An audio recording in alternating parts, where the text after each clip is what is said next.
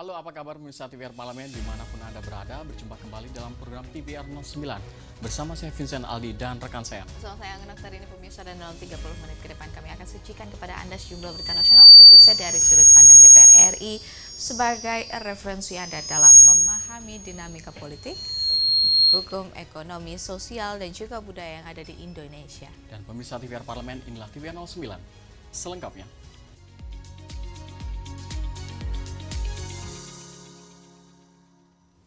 Pemirsa, di tengah meningkatnya ketidakpastian ekonomi global akibat perang Amerika-Israel versus Iran, penguatan fondasi fiskal perlu segera dilakukan.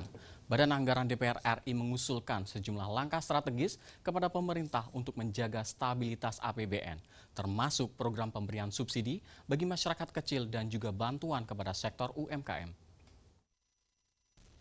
Di tengah meningkatnya ketidakpastian ekonomi global akibat perang Amerika-Israel versus Iran, penguatan fondasi fiskal perlu segera dilakukan. Badan Anggaran atau Banggar DPR RI mengusulkan sejumlah langkah strategis kepada pemerintah untuk menjaga stabilitas APBN, termasuk program pemberian subsidi bagi masyarakat kecil dan bantuan kepada sektor UMKM. Ketua Badan Anggaran DPR RI Said Abdullah menilai dinamika global yang terjadi, baik gejolak pasar keuangan hingga konflik di kawasan Timur Tengah, berpotensi menimbulkan efek rambatan terhadap perekonomian nasional. Namun ia meyakini kondisi fiskal dan moneter yang ada dalam APBN dalam koridor yang aman dan mampu menjaga perekonomian nasional.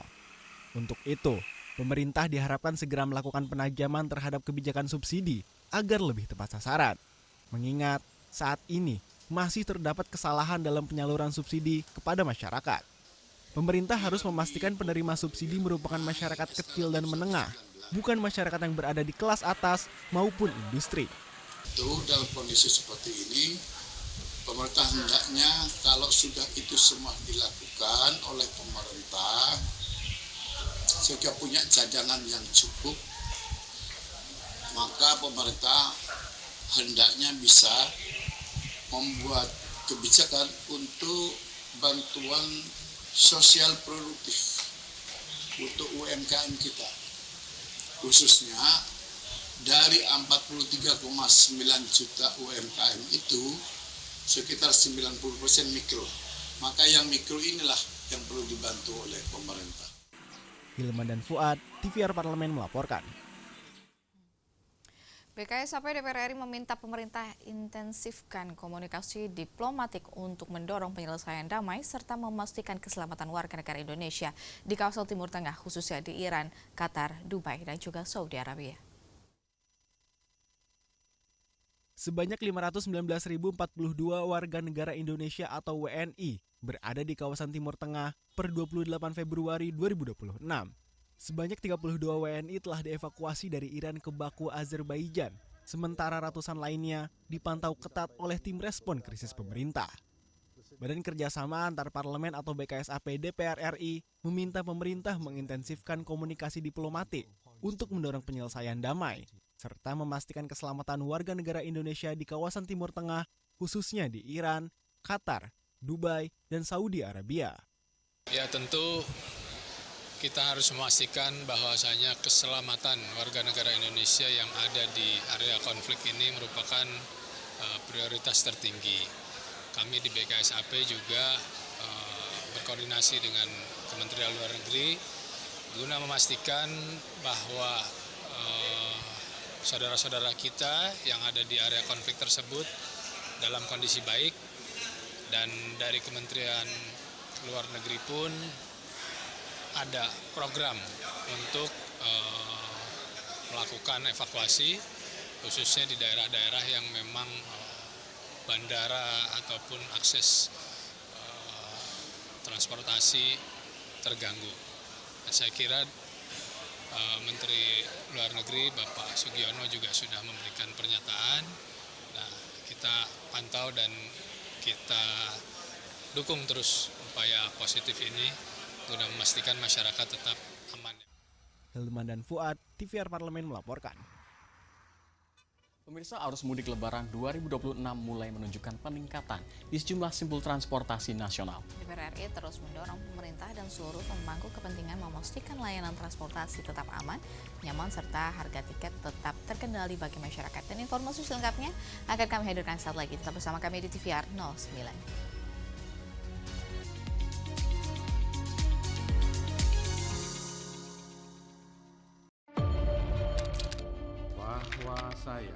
bahwa saya demi Allah saya bersumpah dan seadil-adilnya periode keanggotaan DPR RI hingga saat ini, yaitu terdapat 126 undang-undang yang telah selesai dibahas DPR RI.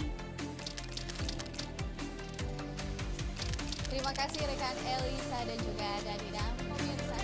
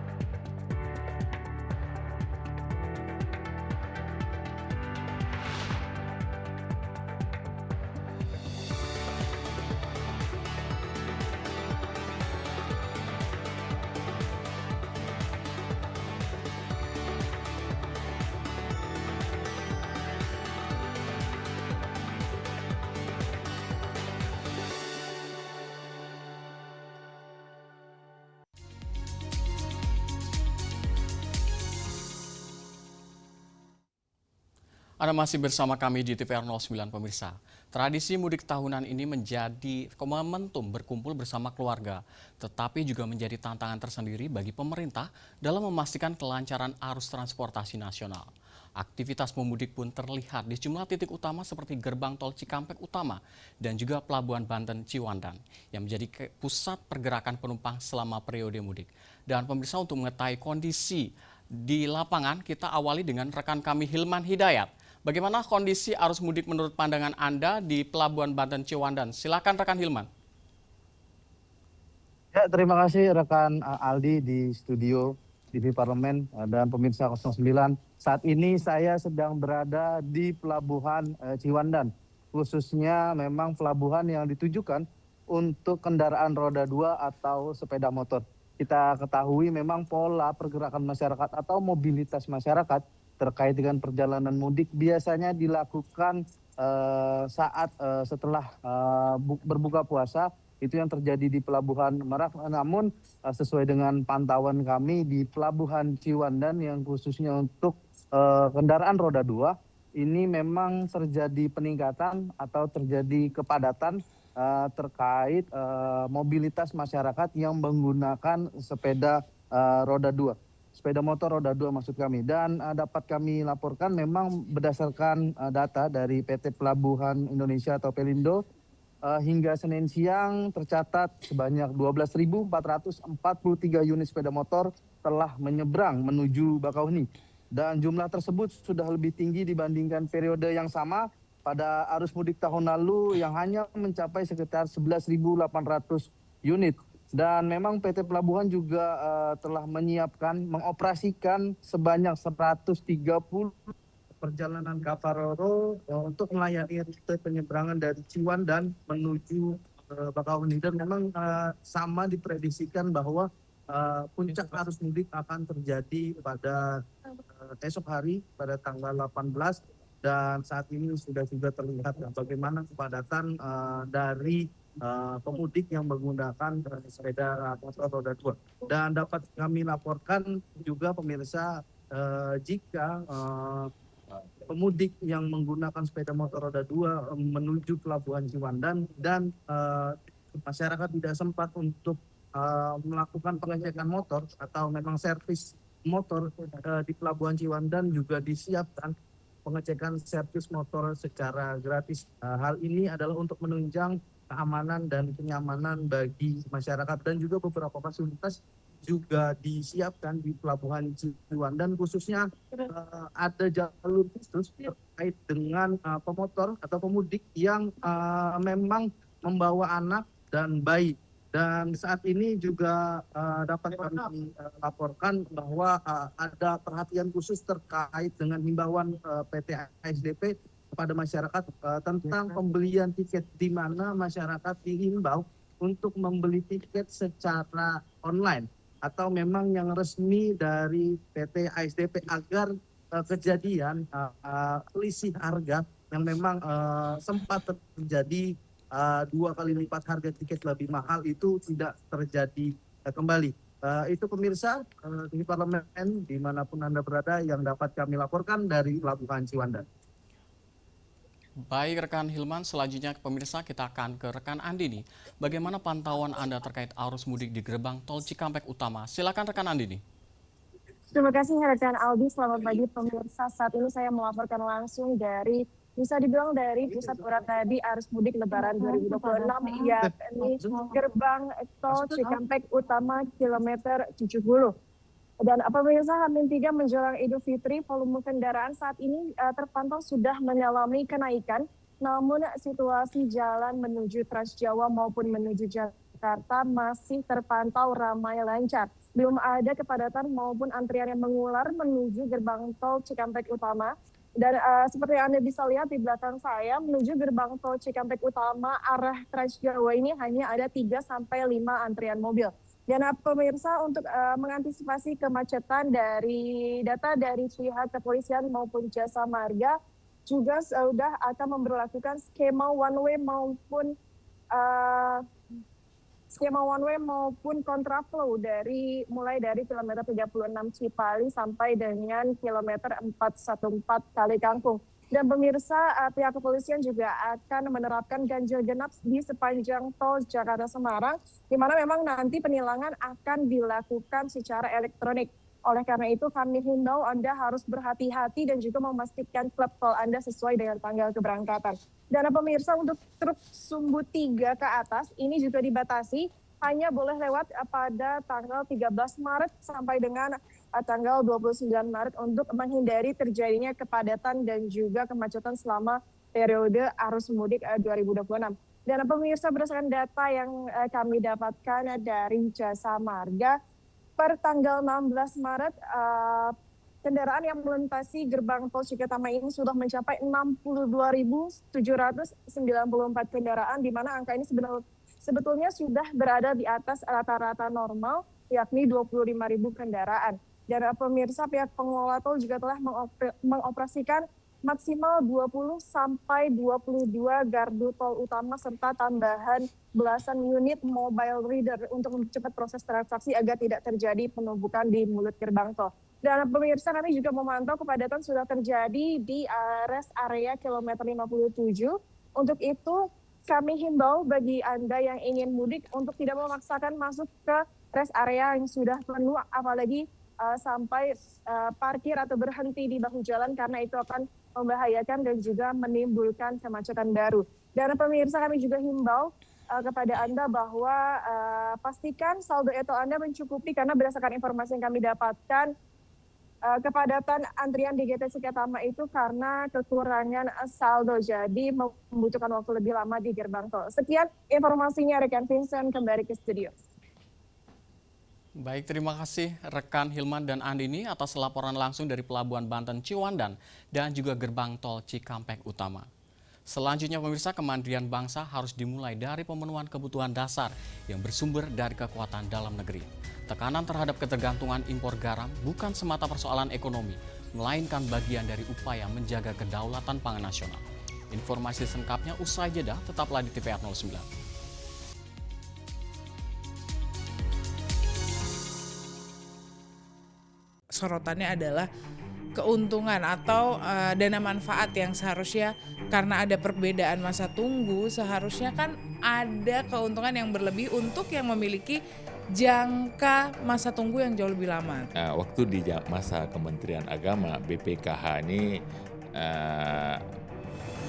membuat virtual account yang sama, sedangkan masa tunggu oleh Kementerian Agama berbeda. Ada yang 15 tahun, ada yang 50, mendekati 50 tahun. Oke, berarti semuanya di 26 tahun masa tunggunya.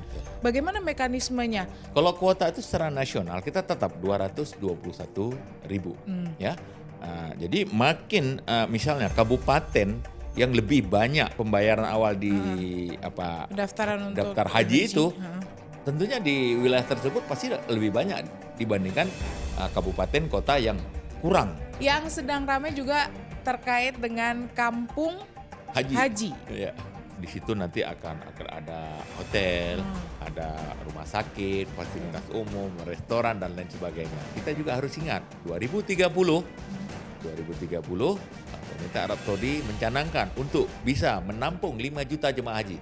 Berarti kalau hari ini kita punya kuota 221.000, kita siap-siap untuk mendapatkan 2 kali lipat.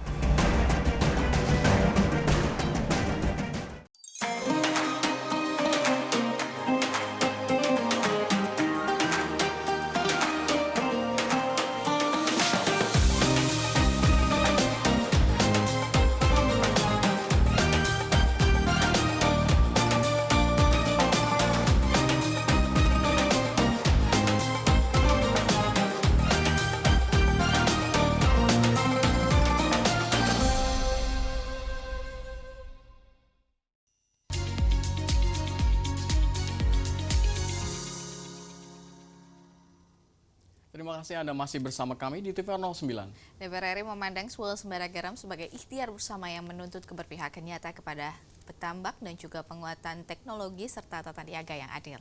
Dengan langkah terukur dan komitmen berkelanjutan, Indonesia diyakini mampu berdiri tegak sebagai bangsa maritim yang berdaulat dan juga mandiri.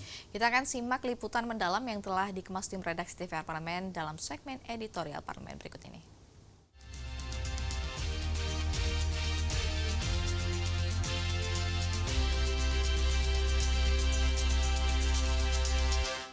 Indonesia merupakan negara maritim dengan garis pantai terpanjang kedua di dunia.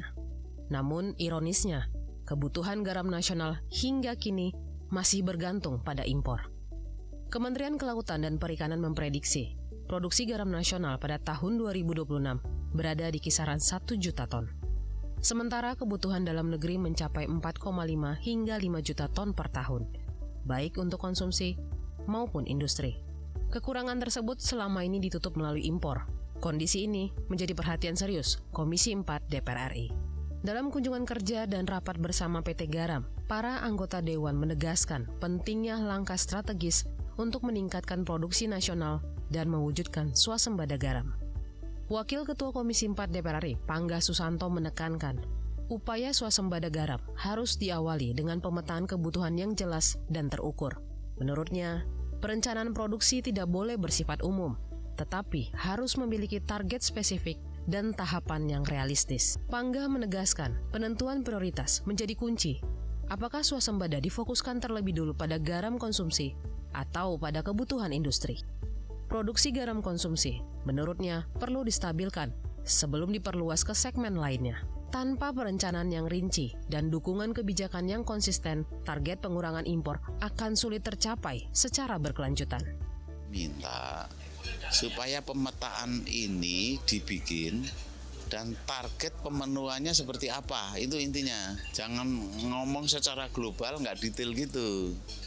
mana target yang akan diswasembadakan, apakah garam konsumsi dulu, karena garam konsumsi juga punya persoalan, produksinya belum stabil, jadi harus distabilkan dulu produksinya, baru distabilkan produksi garam aneka pangan.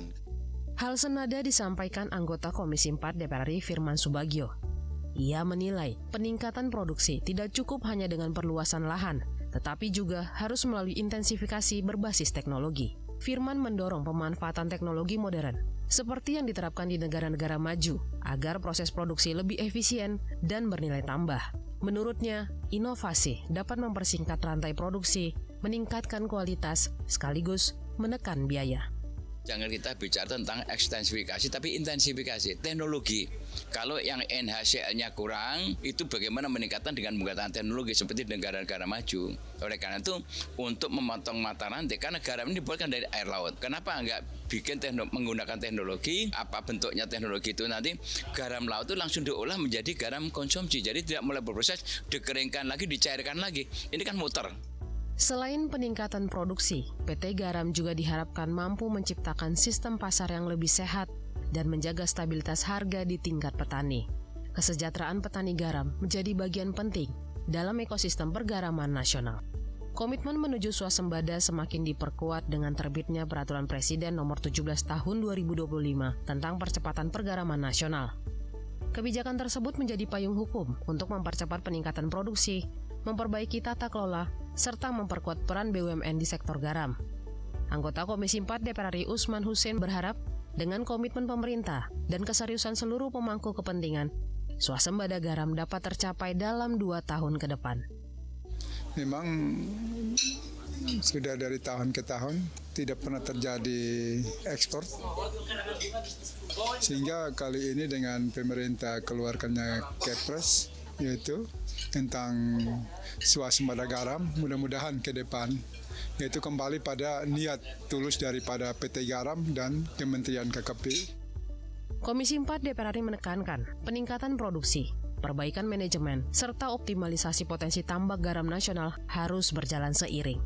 Sinergi antara pemerintah, PT Garam, swasta, dan petani menjadi kunci keberhasilan. Dengan langkah terukur, dukungan regulasi, dan pemanfaatan teknologi, Indonesia diharapkan mampu memperkuat kedaulatan garam nasional, mengurangi impor, serta meningkatkan kesejahteraan petani.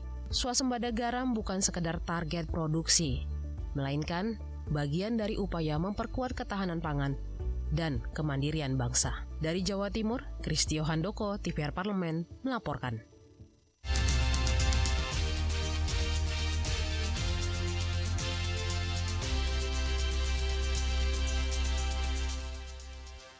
Selanjutnya pemirsa, tradisi Pasola merupakan salah satu tradisi adat yang berasal dari Sumbawa, Nusa Tenggara Timur, dan telah dilaksanakan secara turun-temurun oleh masyarakat setempat.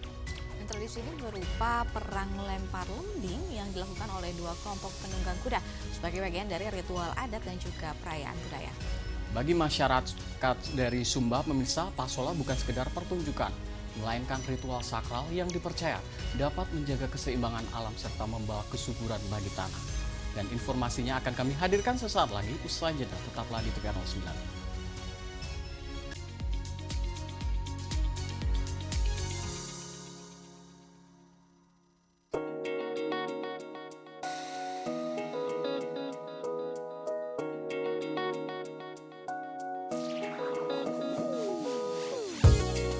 Kehadiran mereka tidak hanya mewakili suara perempuan, tetapi juga membawa perspektif yang beragam serta pengalaman hidup yang unik ke dalam proses pembuatan kebijakan.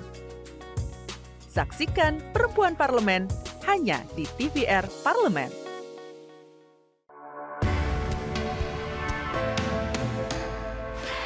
Dari ruang sidang Senayan, Jakarta, menyajikan liputan langsung kinerja DPR RI.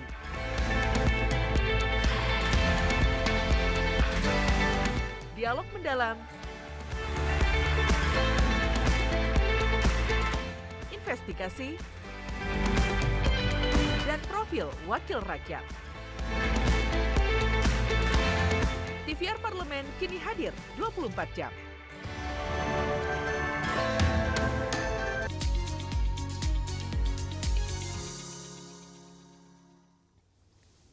Terima kasih Anda masih bersama kami di TV 09 pemirsa. Pasola biasanya dilaksanakan pada awal musim tanam dan juga menjadi bagian penting dalam rangkaian upacara adat masyarakat Sumba. Meskipun terlihat seperti pertarungan, tradisi ini syarat nilai budaya, keberanian, serta keharmonisan manusia dengan alam.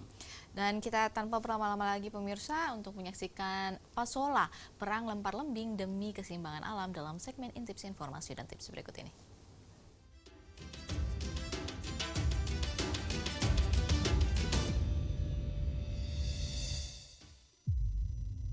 Pemirsa, di sebuah padang savana yang luas di timur Indonesia, derap kuda berlari kencang memecah keheningan pagi. Teriakan semangat bergema, lembing melayang di udara dan dua kelompok penunggang kuda saling berhadapan dengan penuh adrenalin. Inilah Pasola, tradisi perang adat yang telah hidup ratusan tahun di tanah Sumba. Bagi sebagian orang, Pasola terlihat seperti pertarungan yang keras dan berbahaya. Namun, bagi masyarakat setempat, Pasola adalah ritual sakral, bagian dari keyakinan leluhur dan simbol keseimbangan antara manusia dan alam. Lebih dari sekedar atraksi budaya, Pasola adalah cermin filosofi hidup masyarakat Sumba yang menjunjung keharmonisan. Lalu, apa sebenarnya makna di balik perang lempar lembing ini? Mengapa darah yang tertumpah justru diyakini membawa kesuburan tanah? Dan bagaimana tradisi ini bertahan di tengah modernisasi? Berikut 7 poin yang akan mengupas Pasola sebagai perang adat demi keseimbangan alam. Asal-usul dan makna Pasola. Pasola berasal dari kata sola yang berarti lempar lembing. Tradisi ini berakar dari kepercayaan Marapu, sistem keyakinan leluhur masyarakat Sumba. Pasola bukan perang untuk permusuhan, melainkan ritual untuk memohon berkah dan hasil panen yang melimpah. Darah yang tertumpah diyakini menyuburkan tanah, menjaga keseimbangan alam, dan menjauhkan malapetaka. Waktu dan lokasi penyelenggaraan. Pasola digelar antara bulan Februari hingga Maret, menyesuaikan dengan kalender adat dan munculnya nyale, yaitu cacing laut yang menjadi penanda musim tanam. Tradisi ini dapat disaksikan di beberapa wilayah di Sumba Barat dan Sumba Barat Daya. Setiap kampung memiliki jadwal dan ritual khas yang berbeda. Atraksi perang berkuda. Dua kelompok penunggang kuda saling berhadapan di padang terbuka. Mereka mengenakan busana adat, ikat kepala, dan membawa lembing kayu. Saat aba-aba diberikan, lembing dilemparkan ke arah lawan dengan kecepatan tinggi. Meski terlihat ekstrim, ada aturan adat yang mengatur jalannya pertarungan. Nilai kepahlawanan dan kehormatan. Pasola menjadi ajang menunjukkan ketangkasan, keberanian, dan kehormatan seorang pria Sumba. Seorang peserta yang tangguh akan dihormati oleh komunitasnya. Namun kemenangan bukan tujuan utama, melainkan partisipasi dalam ritual demi kebaikan bersama. Peran tetua adat dan ritual sakral. Sebelum Pasola dimulai, tetua adat melakukan doa dan persembahan kepada leluhur. Mereka membaca tanda-tanda alam untuk menentukan waktu yang tepat. Ritual ini menegaskan bahwa Pasola bukan sekedar pertunjukan, melainkan bagian dari sistem spiritual masyarakat. Pasola di era modern. Seiring waktu, Pasola juga menjadi daya tarik wisata budaya. Wisatawan domestik dan mancanegara datang untuk menyaksikan langsung tradisi ini. Meski demikian, pemerintah dan tokoh adat berupaya menjaga agar nilai sakral tidak hilang oleh komersialisasi. Keamanan peserta dan penonton pun lebih diperhatikan. Simbol keseimbangan manusia dan alam. Pada akhirnya, Pasola adalah tentang hubungan manusia dengan alam dan leluhur. Darah yang tertumpah diyakini sebagai pengorbanan untuk kesuburan tanah. Ritual ini mengajarkan bahwa kehidupan harus dijalani dalam keseimbangan antara keberanian dan kebijaksanaan, antara tradisi dan perubahan. Pemirsa, Pasola bukan sekedar perang lempar lembing. Ia adalah warisan budaya yang menceritakan keyakinan, keberanian, dan harapan akan keseimbangan alam. Di tengah derap kuda dan lembing yang melayang, terdapat doa dan harapan agar tanah tetap subur dan kehidupan terus berlanjut. Tradisi ini mengingatkan kita bahwa hubungan manusia dengan alam tidak pernah terpisahkan. selama nilai-nilai itu dijaga, Pasola akan terus hidup sebagai identitas dan kebanggaan Sumba. Saya pamit, sampai jumpa di segmen Intips berikutnya.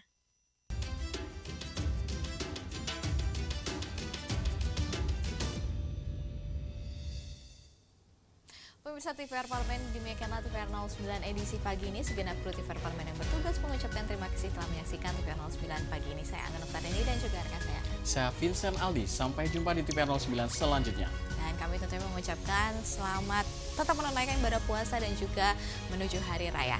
TVR Parlemen, Referensi Indonesia.